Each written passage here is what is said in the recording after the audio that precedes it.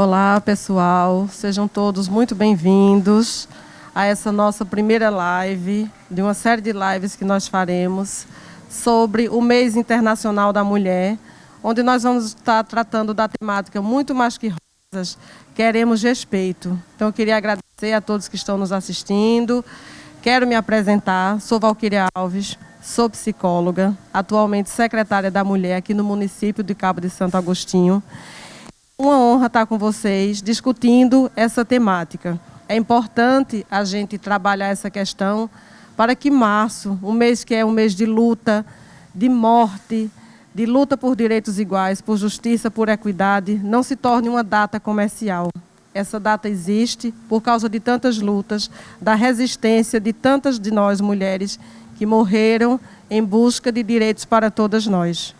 Hoje nós vamos estar debatendo, a partir da Lei Maria da Penha, as medidas protetivas de urgência. Vamos ter uma convidada muito especial que vai estar trabalhando essa temática para a gente discutir, refletir um pouco. Eu queria convidar aqui, queria que vocês acolhessem, interagissem e, enfim, construísse junto conosco esse momento mais que especial. Queria chamar aqui a advogada, gerente de enfrentamento à violência nos centros de referência de atendimento à mulher aqui do Cabo do Santo Agostinho, a advogada Luane Porto. Seja muito bem-vinda, Luane, a esse momento. É um prazer estar aqui discutindo com você, aprendendo sobre essa medida protetiva que as pessoas, apesar de saberem que existem, não entendem como é que ela funciona, como as mulheres podem acessar esse serviço, como podem ter a sua vida garantida com isso. Queria só fazer um parêntese para explicar para vocês o papel da Secretaria da Mulher. Nós somos uma política de enfrentamento à violência de gênero, enfrentamento à violência doméstica e familiar, e atuamos a partir da Lei Maria da Penha, né? A nossa função é problematizar a questão da violência doméstica, é apresentar os mecanismos de proteção à mulher de que trata a Lei 11.340, que é a Lei Maria da Penha, e trazer essas reflexões para desconstruir toda uma cultura de machismo, toda uma cultura de violência, toda uma cultura de naturalização, de desrespeito à mulher. Hoje vamos estar com essa temática. E aí eu queria, Luane, que você começasse nos dizendo do que se trata, essas medidas protetivas de urgência de que fala a lei. Olá, Valquíria. Queria agradecer por esse momento, né? Num mês tão importante e emblemático como o mês de março.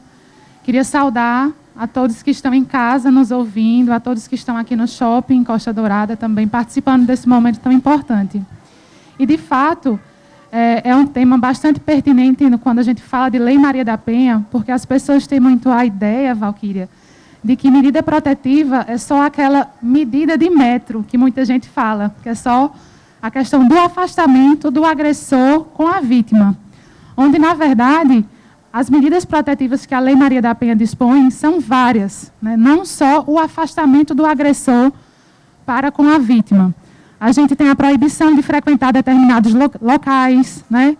A gente tem também a suspensão do porte de arma, quando esse agressor ou é algum policial, ou tem porte ou posse de arma. O juiz pode determinar também a suspensão, certo?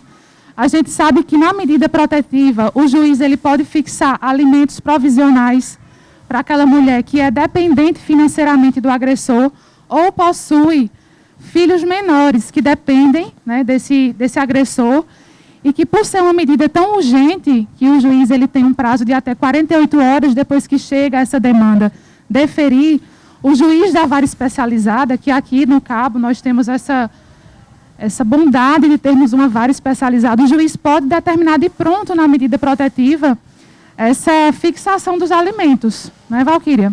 E a gente sabe da importância, porque a gente atende todo tipo de mulher aqui no centro de referência. E muitas vezes a gente sabe que atendemos mulheres em contexto de violência que não possuem nenhuma renda. E que às vezes fica difícil sair desse contexto de violência justamente porque depende financeiramente do agressor. Então, a Lei Maria da Penha, ela preveu essa possibilidade de fixação já para beneficiar essa vítima e fortalecê-la nessa saída desse contexto. Não é, Valquíria? Luane, outra coisa, quando a gente fala dessas medidas protetivas de urgência, quando uma mulher vai fazer uma denúncia, quais os procedimentos que ela precisa fazer, aonde é que ela vai, como é que funciona e os prazos para conseguir essa medida protetiva, como é esse processo até que seja deferida uma medida?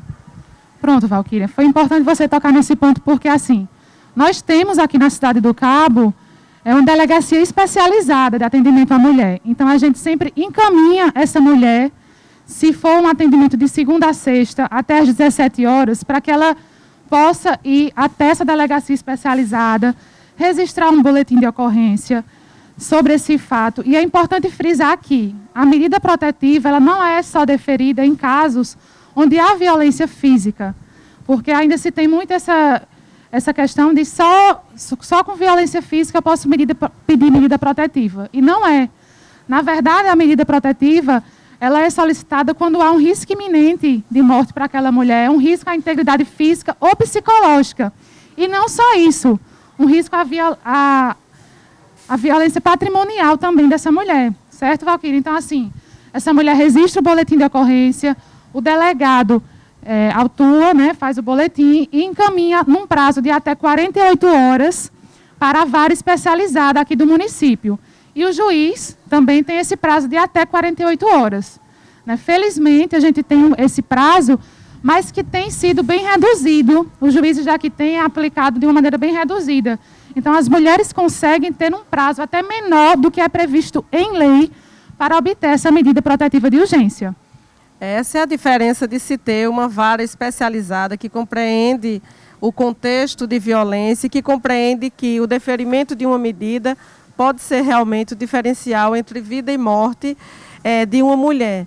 Não estando, Luane, a Delegacia da Mulher em funcionamento à noite ou no fim de semana, como é esse procedimento, já que a mulher vai ter que ir para uma delegacia comum? Isso. As mulheres têm que ficar conscientes de que, não estando na delegacia especializada aberta, ela pode se dirigir a qualquer outra delegacia que esteja aberta e de plantão. Acredito que aqui no Cabo é a 40ª, não é isso? Que fica ali na PS 60. Então, assim, ela registra o boletim normalmente nessa delegacia que estará aberta. Vai ocorrer todo o trâmite dessa solicitação de medida protetiva e depois esse boletim de ocorrência ele é remetido para a delegacia especializada, porque é lá que tem competência para investigar e apurar os fatos inerentes à solicitação da medida protetiva. E aí os prazos para a concessão da medida continuam o mesmo, 48 horas para sair da delegacia e 48 horas para o juiz deferir. Luane, no caso onde não há uma delegacia especializada e não há uma vara, porque a gente sabe que em vários municípios não há delegacia especializada e não há vara especializada, sendo que a medida protetiva é de urgência, quando a mulher realmente está em risco, quando ela está em risco iminente de morte, como proceder se não tem o serviço especializado no município? Pronto, Valquíria.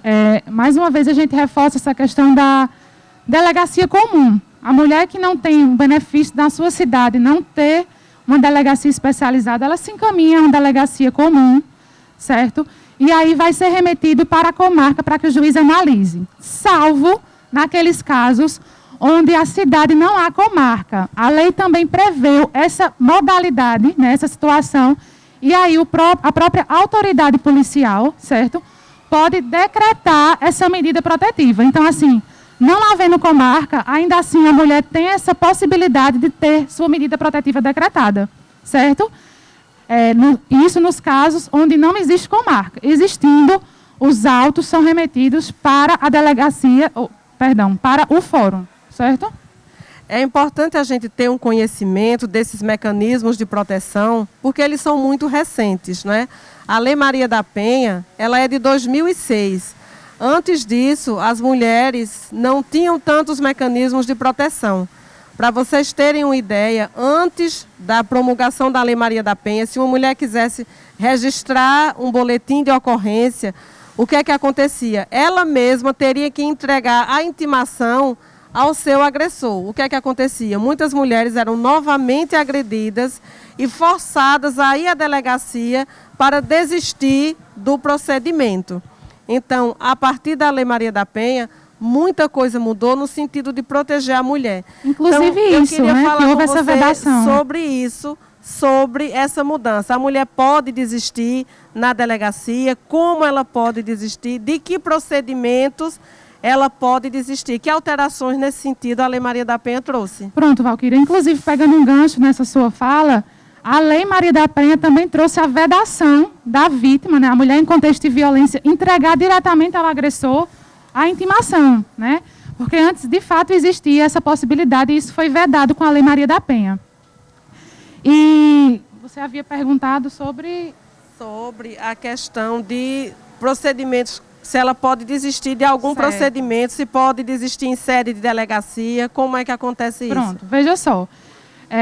A lei prevê algumas possibilidades, né, de desistência. Na verdade, apenas uma, que é nos crimes de ameaça, certo? A mulher que registrar um boletim de ocorrência face a uma ameaça sofrida e solicitar medida protetiva, ela só vai poder desistir desse boletim de ocorrência em audiência perante o juiz, certo? Por quê? Antes se tinha muito... Antes não, e ainda se tem a questão do agressor ameaçar essa vítima novamente para que ela retire o boletim de ocorrência e desista do procedimento. Então, assim, a lei já prevê essa possibilidade de desistir perante o juiz para que o juiz possa interrogá-lo de uma maneira diferenciada. Perguntar por que essa mulher quer desistir, se ela está se sentindo ameaçada. Havendo essa audiência, né, que é a audiência que a gente chama do artigo 16, o juiz pergunta a essa mulher se de fato ela quer desistir, aí sim pode ser desistir desse tipo de procedimento, nos crimes de ameaça. Nos crimes de lesão corporal, de violência sexual, não pode ter desistência. A mulher, uma vez que registra o boletim de ocorrência, ela não pode mais desistir do processo, Valquíria, porque a gente fala que é uma ação pública incondicionada, certo? Então, até lesão corporal leve, no âmbito da Lei Maria da Penha, não pode mais ter desistência por parte da mulher. Luane, uma coisa que muita mulher, enfim, se confunde quando está na delegacia, quando ela vai fazer um boletim de ocorrência, é bom que a gente entenda isso. Muitas vezes ela está na delegacia e o agente, o escrivão, vai perguntar se ela deseja representar, se ela não deseja representar, e explica que ela tem um prazo para fazer isso. Isso era uma coisa que eu queria que você explicasse para quem está nos assistindo. E outra coisa, essa diferenciação quando a ação é pública, incondicionada, ou quando ela é condicionada, para que as pessoas compreendessem, até porque a gente vê muitos casos das pessoas que dizem, não, ela pode continuar, ela não pode continuar, para a gente ter essa compreensão do que os procedimentos da lei, eles dizem que pode ou não acontecer. Pronto, veja só, Valquíria. Quando a gente fala, por exemplo, num crime de ameaça, ele é um crime condicionado à representação da vítima. A partir do momento que a vítima chega na delegacia de polícia, registra o boletim e solicita uma medida protetiva, o escrivão vai perguntar, a senhora deseja representar contra ele?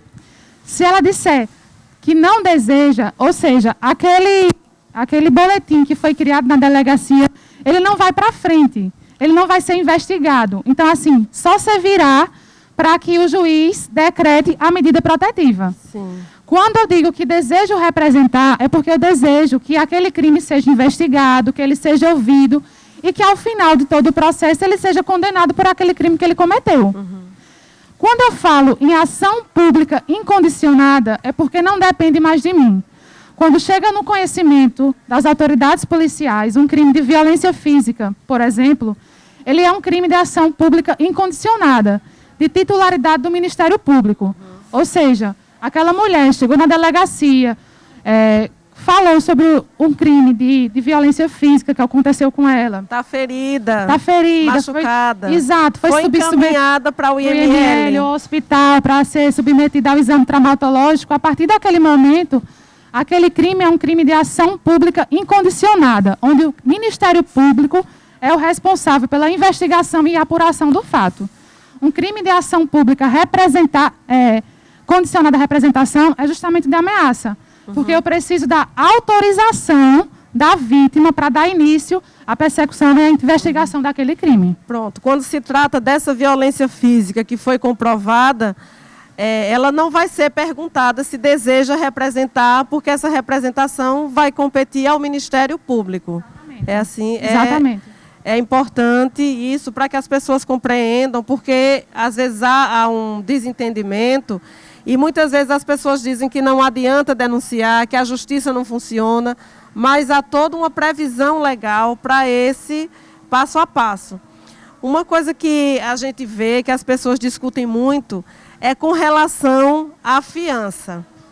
Porque as pessoas têm ideia de que a fiança se aplica somente aos casos de violência doméstica, e aí se cria uma sensação de impunidade. Então, essa questão da fiança, com quanto tempo um delegado, o crime você pode determinar a fiança, quais crimes podem, quais não podem, com relação à Lei Maria da Penha. Porque eu sei que tem um tempo, né? Quando um crime é superior a 4 anos, pode se estipular ou não.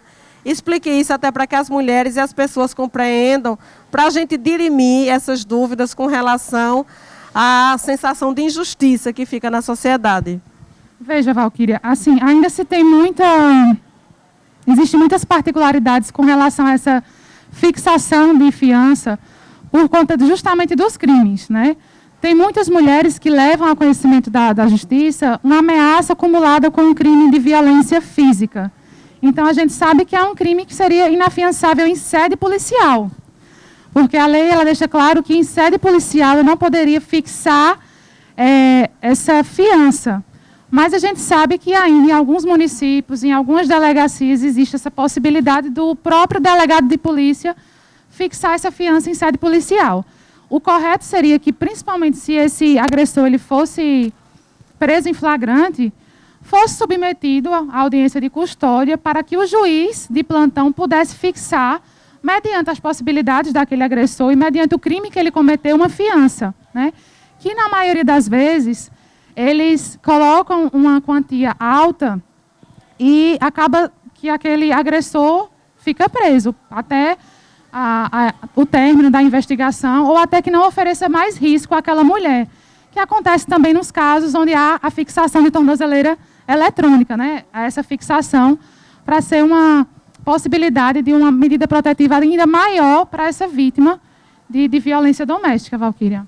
Agora que você falou na questão do monitoramento eletrônico, existem outras medidas adversas da prisão, não é? Então, era interessante que quem está nos ouvindo pudesse compreender que medidas são essas, né, antes que aconteça o aprisionamento do agressor, que medidas o juiz pode determinar na proteção daquela mulher que sejam adversas da prisão, ou seja, a não ser, no caso de prisão, é a última ratio, né? É a última opção, mas até lá o juiz pode ir determinando algumas restrições. Isso, Valquíria. Na verdade, quando a gente fala em medida protetiva, o juiz já entende que há um risco para aquela mulher, né? A partir do momento que a mulher se dirige a uma delegacia e fala do risco que ela vem passando, da ameaça que ela vem sofrendo, o juiz de pronto já decreta a questão do afastamento. É uma das medidas protetivas que mais são aplicadas, é o afastamento de 500 metros, 200 metros. Também existe a possibilidade de não frequentar os mesmos locais que aquela mulher em situação de violência frequenta. E seria um dos casos assim, mais extremos, é a fixação do monitoramento eletrônico. A gente sabe que o juiz ele prefere aplicar essas medidas mais brandas, certo? Para que aquele agressor entenda que ele está na iminência de, se ele fizer algo pior, ser preso. Porque a gente sabe que o descumprimento de uma medida protetiva, ela pode ensejar uma prisão preventiva daquele agressor. Então, assim, um exemplo, se a mulher tem uma medida protetiva, houve o descumprimento em algumas vezes, e o juiz ainda não entende que seja caso de prisão, ele determina o uso da tornozeleira eletrônica, né? Que é aquela em que o indivíduo bota aquela tornozeleira mesmo, e a vítima ela fica com o dispositivo, né? Porque aí todas as vezes que esse agressor se aproximar dessa vítima, o dispositivo ele tem umas luzes que ficam piscando, e à medida que ele se aproxima muito da vítima, ele começa a vibrar. E não só isso, Essa mulher, quando recebe esse dispositivo, ela fica cadastrada numa central, onde, havendo essa aproximação muito perto dessa mulher, esse centro ele emite um chamado para ou a Patrulha Maria da Penha, ou o próprio batalhão, para que possa ir até onde essa vítima está e dar uma segurança que ela precisa. Esse é o principal motivo assim, da tornozeleira eletrônica, dar uma proteção ainda maior para essa mulher. É importante salientar que, né, na questão da medida protetiva, não é só o afastamento físico. Ele não pode ligar, ele não pode mandar recado, ele não pode mandar recado por redes sociais, ele não pode ligar, ele não pode usar um familiar para estar mandando recado. É importante, porque essa conduta configura também a quebra da medida protetiva e que, se a mulher denunciar, pode ensejar também a prisão desse agressor. Luane, e a mulher não tem para onde ir? Está sendo vítima de violência, está sendo ameaçada, mas não tem um local seguro para ir e o autor se recusa a sair da casa. Como funciona a medida protetiva nesse sentido? Pronto, Valquíria, veja, existe também a possibilidade de o juiz decretar o afastamento do lar do agressor, certo? O juiz determina de forma liminar também que o agressor saia da casa, certo? Por um tempo determinado, para que a vítima possa continuar, se tiver com filhos pequenos também, residindo naquele ambiente, certo? Então, assim, o oficial de justiça entrega a intimação e ele vai ler que lá tem um afastamento desse agressor do lar. E aí fica o agressor convidado a sair dessa casa, né?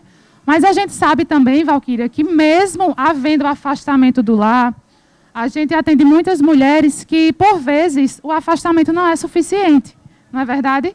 E essa mulher não tem um parente próximo para ir, não tem uma casa de um amigo. E aí é que surge a possibilidade do abrigamento. Não é, Valquíria? Eu queria que você falasse um pouco para a gente também dessas casas-abrigo que existem no estado de Pernambuco e como funciona também.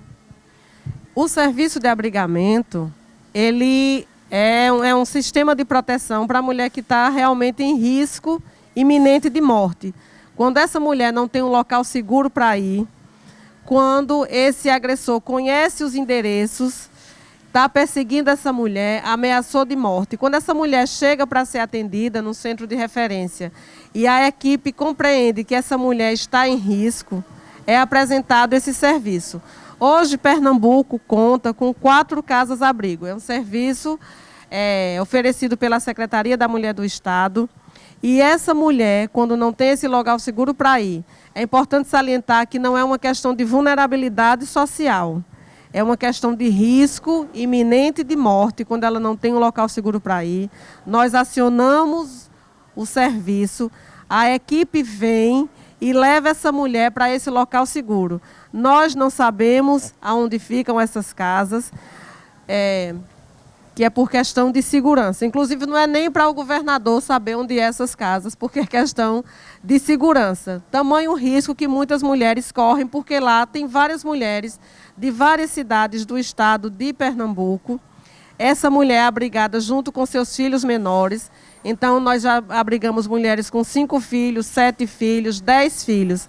Essa mulher vai para essa casa e ela fica lá por um tempo, até que se consiga um lugar seguro para ela ir, ou que esse autor não seja mais um risco, que ele esteja preso, que se consiga a casa de um parente.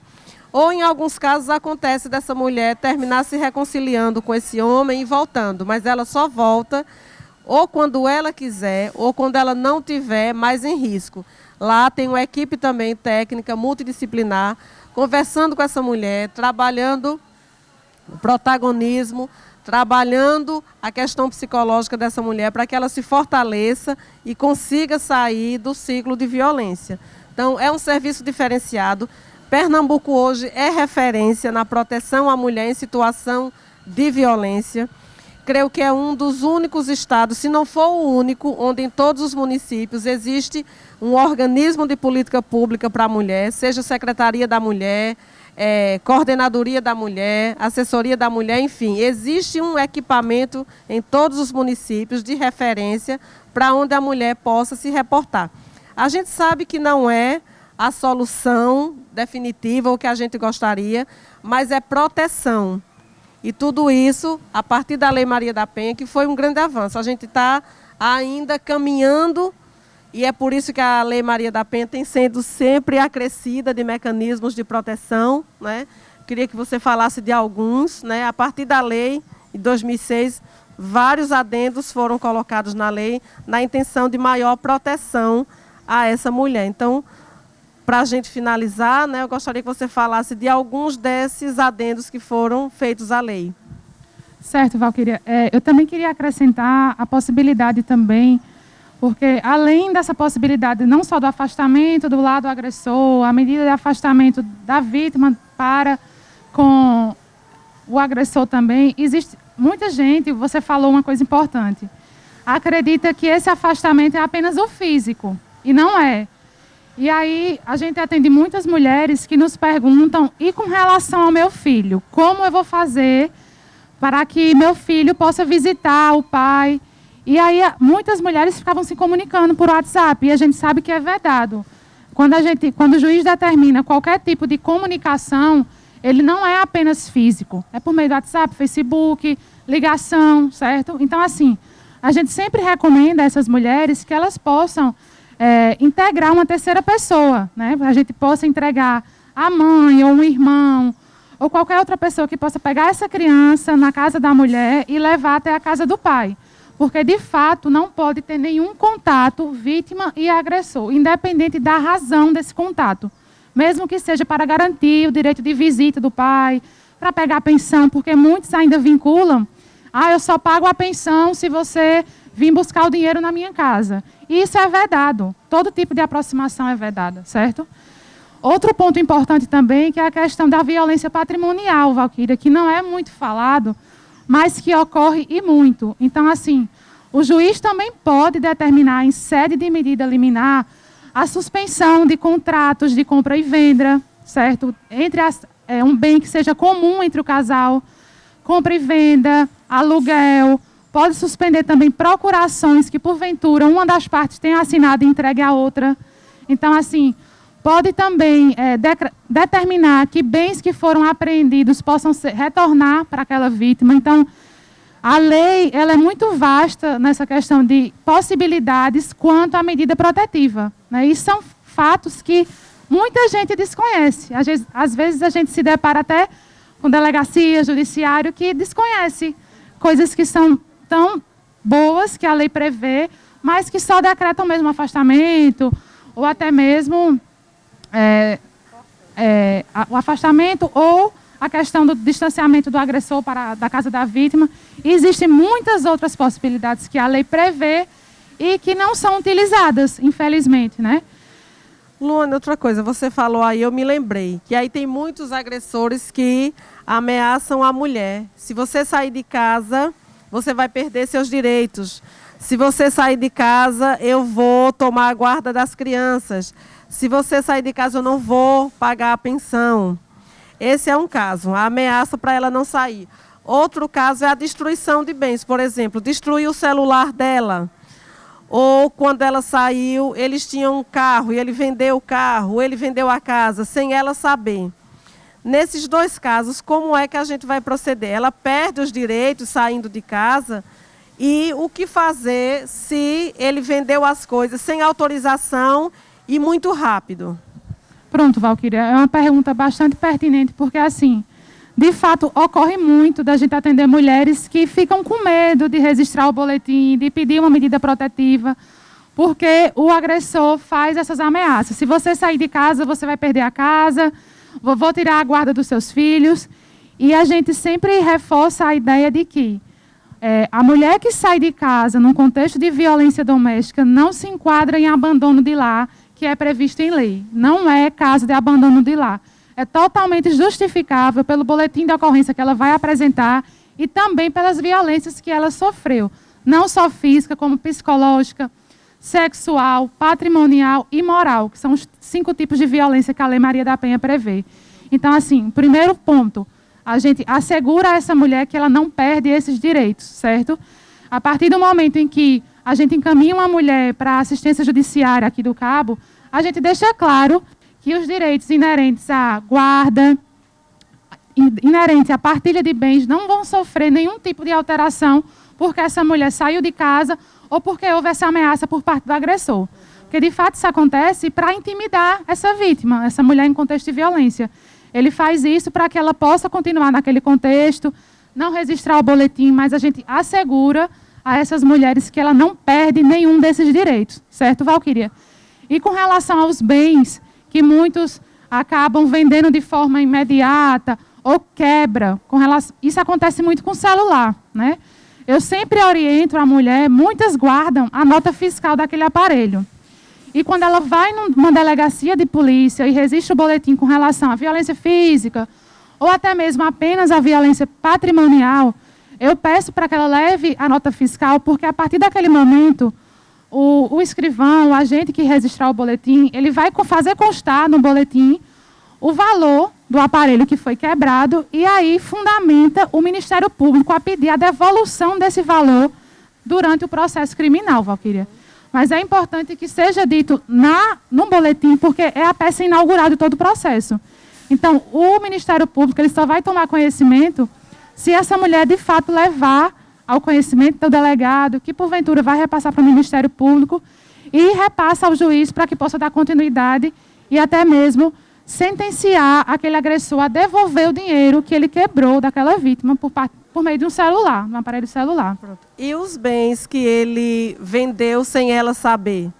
Pode ter sido uma casa, pode ter sido um carro que o casal tinha e após ela sair, ele imediatamente vendeu para não ter que partilhar. Como proceder? Será dessa mesma forma? Será durante o processo de partilha de bens? O que fazer com esse bem que ele vendeu de forma incorreta para que ela não tivesse direito? Pronto, Valquíria, veja. A gente sabe que isso acontece muito, mas que a gente sabe também que isso seria um negócio nulo, certo? No direito. Por quê? Em muitos bens que são pertencentes a ambos os cônjuges, a gente precisa de uma outorga uxória. É assim que se chama no Código Civil. Quando o bem é comum, a gente precisa da autorização daquele meu outro cônjuge para vender aquele bem. Mas há aqueles casais que não são casados perante a lei, né? Vivem juntos, são companheiros, vivem como se união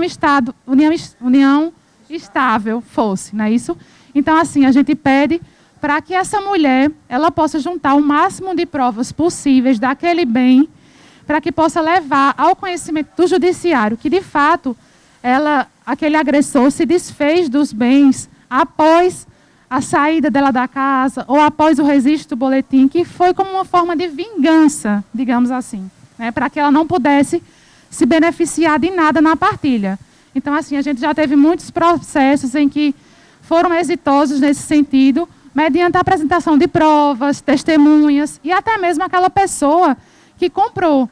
Se ela agiu de má fé, a gente sabe que ela perde na integralidade do direito, mas se agiu de boa fé, ela serve também como testemunha a essa mulher.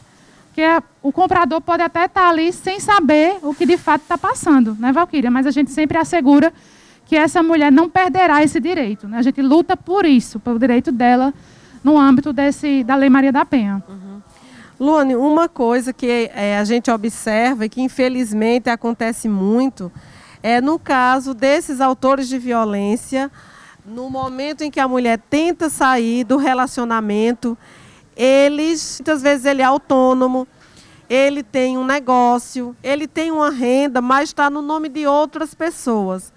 Essa mulher fica desprotegida. A lei já pensou nesses casos? Veja, Valquíria, já aconteceu um caso semelhante, onde de fato ele era autônomo, passou os bens que tinham para terceiros, mas aí a gente juntou nos autos do processo o estado que a mulher vivia quando estava junto com aquele homem. Vamos supor, nota fiscal das compras que ela fazia em supermercado, a escola da criança, plano de saúde, o que ela gastava por mês.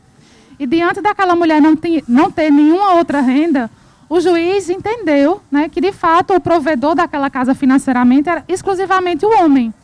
Então, fixou aqueles alimentos baseado no gasto que aquela mulher tinha mensal na casa, com o filho. Então, assim, quando o agressor ele é autônomo, se torna mais difícil, mas não impossível dessa mulher ter essa renda, certo? A gente sempre pede para que ela possa, às vezes tem declaração de imposto de renda, ou até mesmo testemunhas que digam onde ele trabalha.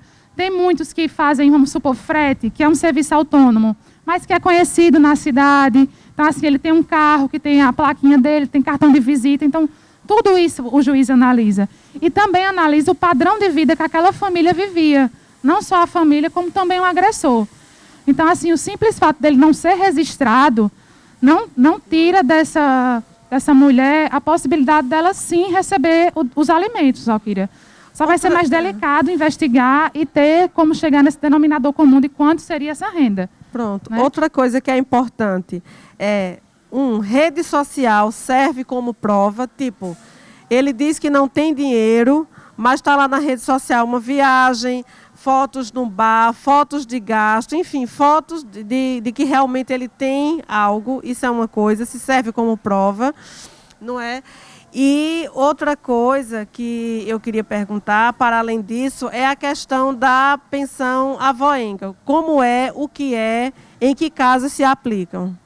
Pronto, essa questão da rede social serve e muito, né? Porque hoje a gente sabe que tudo a gente posta em Facebook, posta em Instagram, e serve sim como prova, né? Viagens que ele realizou, o padrão de vida que ele está, restaurante. Inclusive, já teve um fato até um pouco atípico de um agressor participar de uma audiência e estar com um relógio Rolex.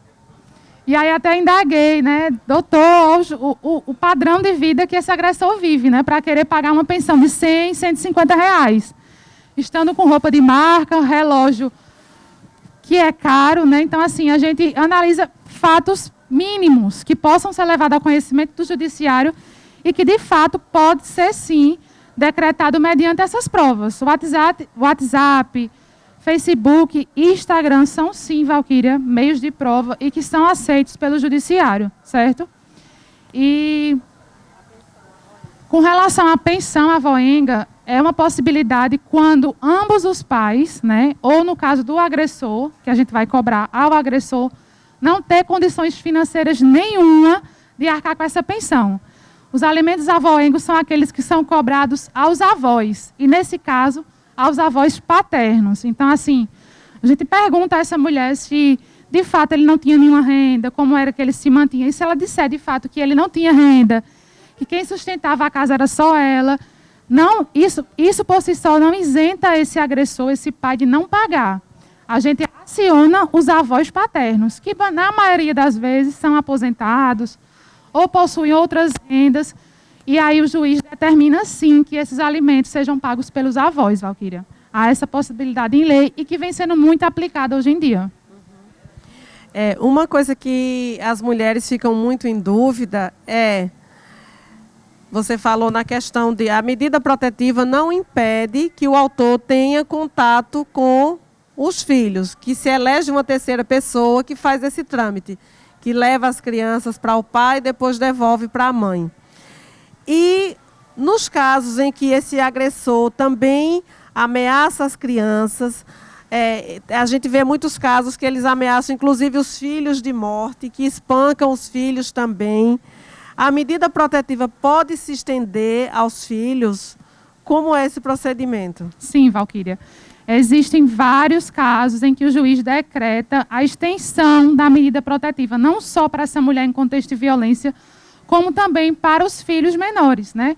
Já teve casos em que vivenciamos juntas, casos em que o agressor tentou atear fogo na casa, conseguiu, né? Porque, assim, a sorte foi que as crianças fugiram junto com a mãe, ou até mesmo agride as crianças fisicamente. Então, assim, a vítima levando ao conhecimento do delegado de polícia, esse boletim estando bem claro com relação a essa extensão dos danos também aos menores, o juiz decreta, sim, a extensão da medida protetiva para os filhos menores. Então, é vedado qualquer tipo de comunicação também com esses filhos, certo? Mas é importante salientar aqui, o fato do pai não poder ver as crianças não isenta ele de não pagar a pensão.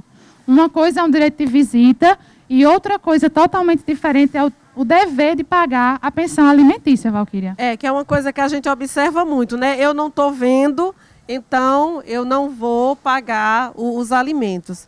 A gente precisa trazer essa reflexão, porque muitas vezes esses filhos, eles viram moeda de troca para esse homem, ou viram mais um critério de ameaça para essa mulher. Tem muito homem que, para amedrontar a mulher, ele ameaça de pedir a guarda, ele pede para dormir com essa criança, ele pede para conviver mais, sendo que essa mulher sabe que ele pratica violência, que ele não cuida, que às vezes ele faz uso abusivo de álcool, que ele faz uso abusivo de outras drogas, e essa criança fica exposta ao risco e ao perigo. É importante salientar que quando qualquer mulher for fazer um boletim de ocorrência e que as crianças estejam no contexto de violência, estejam ameaças, elas lembrem de contar ao delegado que essa criança foi espancada também, que essa criança foi ameaçada também, porque muitas vezes na delegacia se fica preso à violência que a mulher sofreu. E muitas vezes se esquece de dizer, não, ele também espancou a minha mãe ou a minha irmã, ou ameaçou também essas crianças e espancou as crianças. Porque às vezes as pessoas acham que a medida protetiva se estende à mulher, aos filhos, e não é. A medida protetiva é para a mulher, familiares e testemunhas. É assim que a medida protetiva padrão sai. É importante que, se as crianças sofrem violências e ameaças, essa mulher lembre de registrar para que essas crianças também sejam amparadas. E o juiz sempre observa isso. Como proceder, Luane, numa briga pela guarda? Como é que funciona a guarda? Porque a gente sabe que hoje, né, via de regra, a guarda deverá ser compartilhada se não houver risco. Então, o que é essa guarda compartilhada? É a criança ficar um dia com um dia com o outro? Como é que funciona? E a guarda unilateral, principalmente no contexto de violência doméstica? Joia, Val. Antes de falar um pouquinho da guarda, eu vou falar outra possibilidade também, que é a questão da visita supervisionada, né? Porque acontece muitas vezes de a protetiva não ser extensiva aos filhos, mas aquela mulher não se sente segura de deixar o filho um final de semana com o pai, porque já viu situação que deixou ela com medo, porque de algum momento ele já houve a agressão àquela criança, mas não houve a extensão da medida protetiva, certo? Então, assim, a gente recomenda que ela faça o pedido ao juiz de uma visita supervisionada, que é quando a mulher indica uma pessoa de sua confiança para permanecer durante a visita do pai à criança naquele ambiente. Porque, geralmente, de imediato, o juiz não fixa um final de semana como visita. Às vezes é um turno de um sábado, um turno de um domingo, mas aí, havendo uma pessoa de confiança dessa mulher, ela determina, cita ao juiz quem seria, e aí essa visita é feita de maneira supervisionada por uma pessoa de confiança da mulher. Não havendo, o juiz pode determinar um membro do Conselho Tutelar ou até mesmo um assistente social do Ministério Público para acompanhar essa visita do agressor para com seu filho menor, certo? Com relação à guarda, de fato, a guarda compartilhada é a que é tida como regra nos casos onde há divórcio e guarda entre os filhos, certo? Mas existe, sim, essa possibilidade da guarda ser unilateral. Principalmente, Valquíria, quando já se tem um histórico de agressão, de abandono, de negligência por parte do agressor. Então, assim, esses fatos sendo levados ao conhecimento do juiz, eles têm que ser levados em consideração, porque aquela criança não pode viver num ambiente onde existe um pai que já era autor de violência por parte da mãe e pode, sim, ser estendido à criança também, né? Quando a gente fala em guarda compartilhada, ainda se tem muito essa ideia de um dia na casa de um dia na casa do outro. Mas a guarda compartilhada é divisão de responsabilidades. Isso não quer dizer que a criança tem que passar uma semana comigo ou uma semana com o pai. A criança pode morar com a mãe e o pai ter a obrigação de buscar na escola, de ensinar as tarefas, mas está convivendo com a mãe. A guarda compartilhada não é esse fato de uma semana na casa de um, uma semana na casa de outro. Até porque, Valquíria, nem seria interessante para a criança essa mudança de rotina. Porque, assim, querendo ou não, já é um choque muito grande a separação dos pais. Por muitos não entendem o contexto de violência que a mãe sofria e não entendem também essa questão da separação. Né, Valquíria? Mas, assim, é nesse sentido que trabalha essa questão da guarda, tanto compartilhada como unilateral. A gente está encerrando aqui esse nosso momento e eu queria agradecer a todos vocês que estão conosco e queria deixar um recado para todo mundo que está nos assistindo. Se você conhece alguma mulher que está em situação de violência, se você desconfia que aquela sua vizinha, sua amiga, sua parente está em situação de violência, oriente a procurar um serviço de proteção, um serviço de orientação, a Secretaria da Mulher do seu município. É importante salientar que todo o atendimento realizado na Secretaria, nos centros de referência, eles são totalmente sigilosos. Outra coisa que é importante salientar é que nós não somos delegacia. Então, a mulher que chegar, ela vai ser acolhida, ela vai ser orientada, ela vai ser ouvida e não vai ser julgada. E nós, assim como todas as secretarias, centros de referência pelo país, vamos construir com essa mulher possibilidades de sair da situação de violência. Muitas vezes ela não quer um boletim de ocorrência, ela não quer uma medida protetiva, mas nós pensamos junto com ela possibilidades de sair da situação de violência. Então, se você conhece uma mulher que precisa de orientação, oriente, encaminhe para que ela busque um serviço. Outra coisa é, se você está ouvindo a violência acontecer, a mulher ser ameaçada, ser espancada, denuncie. Todas essas denúncias, elas são sigilosas. Então, se a violência está acontecendo agora, se é flagrante, se é uma emergência, você liga ao 190. 190 é para flagrante.